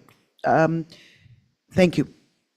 Perfect. Thank you very much, Maureen. I'll just add to that I'm very happy to have a conversation with members of council individually. I'm very familiar with the ATR process, but really we do need to sit with Chief Tanji and her team. This is a really important proposal and a really big step in the direction of reconciliation. So, Councillor Hatfield? Yes, Maury, we all know there's going to be a vote at Michipicoten, and I'm not sure the date, but if Patty comes and explains everything to us, will it stay the same with the other one? It's not going to change? Yes. Okay. This is a legal process that has I been. just didn't want to come for 2 hours and be a waste of time. Thank you. Councillor Cannon? I would like to meet with Chief Tanji, and Wednesday, March 5th is good. Looks like March 5th is good. Thank you. So we will move on to item number 8, consent agenda, 8.1. Moved by Councillor Hatfield, seconded by Councillor Pato, resolved that the items listed under the consent agenda 8.2 to 8.7 be approved as recommended. All in favor? Carried. Number 9, staff reports. Moved by Councillor Hatfield, seconded by Councillor Pato, resolved that the Council of the Corporation of the Municipality of Wawa does hereby receive the following staff reports, memos. A to H, AAP 2025-02, request for Upper Mission Park. B, Protective Services Department, January monthly report. C, Infrastructure Services Department, January monthly report. D, Community Services and Tourism Department, January monthly report. E, Finance Department, January monthly report. F, MB 2025-03, 2025 operating capital budget. G, CAO memo, Economic Development and Tourism Advisory Committee request for Tourist Information Center opening extension. And H, CAO 2025-02, rezoning of commercial properties. All in favor? Carried. There are no items listed under item number 10. So we'll move on to item number 11, new business. 11.1, Town of Halton Hills, re-sovereignty of Canada. Moved by Councillor Cannon, seconded by Councillor Hoffman. Resolved that Council of the Corporation of the Municipality of Wawa does hereby acknowledge receipt and support the correspondence from the Town of Halton Hills and rejects any efforts by President Donald Trump or any others to undermine the sovereignty of Canada. And be it further resolved that a copy of this resolution be circulated to the Office of the American President through our Canadian diplomatic channels, with copies to the Honorable Justin Trudeau, Prime Minister, Honorable Melanie Joly, Minister of Foreign Affairs, MP Michael Chong, Premier Doug Ford, Honorable Vic Fideli, Minister of Economic Development, Job Creation and Trade, and AMO and FCM, being the Federation of Municipalities of Canada. All in favor? Carried. 11.2. Moved by Councillor Hoffman, seconded by Councillor Cannon, whereas the Wawa Volunteer Fire Department advertised and interviewed persons for the position of captain for the fire department.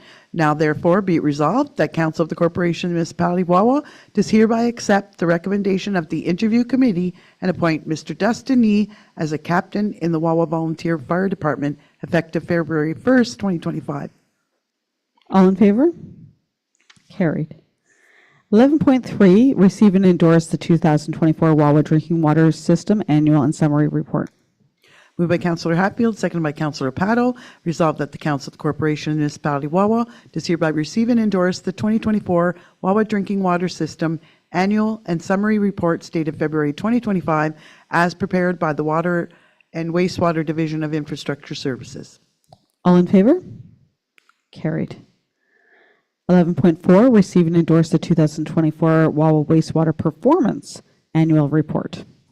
Moved by Councillor Hatfield, seconded by Councillor Paddle. Resolved that the Council of the Corporation of the Municipality of Wawa does hereby receive and endorse the 2024 Wawa Wastewater Performance Annual Report dated February 2025 as prepared by the Water and Sewer Department. All in favor? Carried. 11.5, approve staff recommendation for an accessible playground equipment at the Upper Mission Park. Moved by Councillor Hoffman, seconded by Councillor Paddle, whereas a resident petition and delegation was presented to Council at its meeting on Tuesday, February 4th, 2025, requesting that an accessible playground structure and additional park features be added to the Upper Mission Park on Blue Crescent, and whereas staff have included a request for $50,000 for an inclusive and accessible playground equipment at the Upper Mission Park in the 2025 capital budget, upon the condition that the expense be funded wholly by a grant and/or donation, and whereas an inclusive and accessible playground structure is recommended to be installed at the Mission Park by staff in its report dated February 18, 2025, for the benefit of the community and those with accessibility challenges, and whereas should funding not be raised to install the playground structure in 2025, that Council will consider inclusion of the playground in its 2026 capital budget as part of its budget deliberations. Now therefore be resolved that Council approve that staff make application to the Ontario Trillium Foundation Capital Funding Program for an inclusive and accessible playground structure for the Upper Mission Park at an upset limit of $50,000 in March 2025, and if grant funding is received, purchase and install an accessible playground structure at the Upper Mission Park. Is there any questions or comments? Councillor Hatfield. I'm a little bit mixed up with the 2025 out of capital reserve. I didn't think you were going to do that till 2026. Yes, we're not. So 2025, Yeah. the park would not go ahead unless a trillium grant or funding, donations, whatever form, outside funding would come in to pay fully for the park, save and except for the in-kind donations that Yeah. staff talked about. So there is no reserve funding being requested from council or from the 2025 budget. Thank you. And further, as our treasurer pointed out, we are asking that council approve the 2025 capital and operating budget. We're not asking council to approve the 2026 operating budget. The 2026, 27, 28 budgets were presented to council as a picture of what we're looking at. Some thoughts as staff goes through about the things that we're facing and what tax rates might look at. But we are not asking council to approve the 2026 budget tonight or on March 4th. And yes, in the proposed future budget of 2026, in 2025, we did put in the capital budget the Marina Park, $50,000 from reserves in 2026. But we're not asking council tonight or on March 4th to approve that. It was a picture put forward to council to think about. But as the treasurer pointed out, we will have a series of meetings with council, and that may change. What we put forward to council in the final 2026 budget approved by council may not say that. It may say Mission Park fully again from grant, or it might say another way. So I hope that clarifies. No, it's not clarifying. I'm talking just about this resolution. I'm not talking about the operating, but I understand that it's not till 2026. But you have two different things in this resolution saying that they can go for the grant, and which I agree with, but then you have that other stipulation in there. I think she's referring to future budget I don't deliberations. want like that in there. Yeah, there is one and whereas, so it's just it's like the forward statements until council's action. I'll just read it and If you want it stricken, we can amend the resolution with the majority of council voting to do so. So I'll read it so we're all aware. It was the 4th paragraph, and whereas should funding not be raised to install the playground structure in 2025, council will consider inclusion of the playground in the 26 capital budget as part of its deliberations. So just that we're willing to discuss it in 2026. I would like a vote of taking that part, please. I am all in favor for the grant, always will be, but to any discussion at the moment for coming out of anything but a grant, I'm not in favor of. So Mayor, to assist, you should call for who is in support of the amendment to the resolution, and we need the majority of council to agree. Okay, so we'll do a vote on whether or not we would like to amend the resolution as Maury suggested. Councillor Rapato, would you like to amend it, or are you okay with leaving it as is, as presented? We're not agreeing to it at all. It's just a suggestion. So I don't think it has to be, in my eyes, it doesn't have to be amended at this time. I'm not for giving money out, but we're not voting or doing anything towards that right now anyway. Councillor Hatfield? I have to agree with Kathy. I did so much reading. I thought it's going to be very easy to add it then, but I just don't like it now. Councillor Cannon? And my vote is to amend. Councillor Hoffman? So I agree that we leave the resolution as is. So then the resolution stays as is, and you should call, again, just for education, council could call for a recorded vote, but you should call the resolution again. I've read it as is to confirm all in favor. So Councillor Cannon, I assume that you would like us to do a recorded vote? So we'll vote on the resolution as is. Would you like the resolution to pass, Councillor Rapato? Councillor Hatfield? No. Yes. So the resolution will be approved as presented, and it will be carried.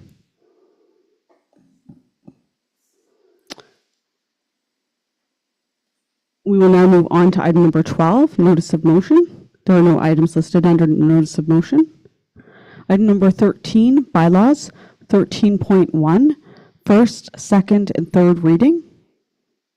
Moved by Councillor Cannon, seconded by Councillor Hoffman. Resolved that the following bylaws be introduced and read a first, second, and third time, and finally passed, and that the mayor and clerk do sign and seal the same. Any rule of this council to the contrary notwithstanding. Bylaw number 3772-25 to confirm the proceedings of council at its meeting held on the 18th day of February 2025. Bylaw number 3773-25 to authorize the Corporation of the Municipality Wawa to enter into an agreement with the Wawa Canadian Legion Branch 429 for facade improvements at the Wawa Legion Hall.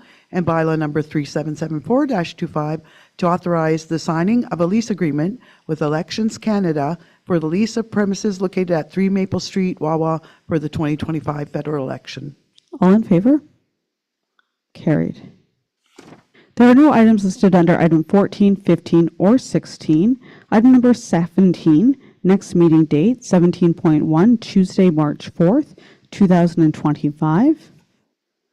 Item number 18, adjournment. 18.1, close of meeting.